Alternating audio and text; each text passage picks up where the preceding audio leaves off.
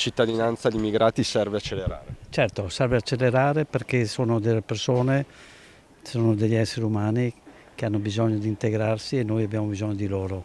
E il mondo è di tutti, non solo nostro.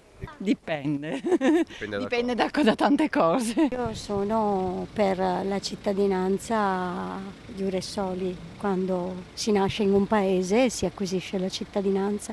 D'altra parte questi stranieri contribuiscono in maniera importante alla nostra economia.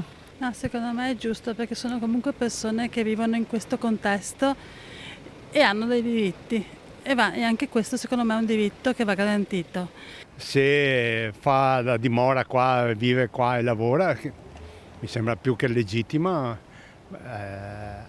concedergli la cittadinanza. Io sono stato 20 anni in Germania e sono ancora italiano.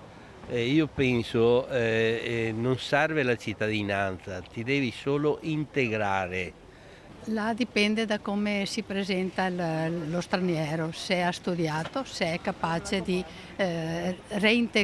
integrarsi con la nostra legge. Lei è addirittura per lo ius soli. Yes. Sì, sicuramente. Si parla anche tanto di ius scholae. Io credo che sia molto importante soprattutto come si comportano queste persone, perché ci sono degli italiani che non hanno diritto di essere chiamati italiani e questo è il problema. C'è anche da aggiungere che secondo me un percorso scolastico, per ad esempio qui ti sento un po' sarebbe importante perché è giusto anche incentivare l'integrazione. Cioè ci deve essere una reale integrazione. Io dico che un ragazzo che è nato qua, fa le scuole e si diploma qua deve avere la cittadinanza. Se uno è nato e studiato qua, mi sembra giusto che abbia la cittadinanza. Che cosa c'è di male?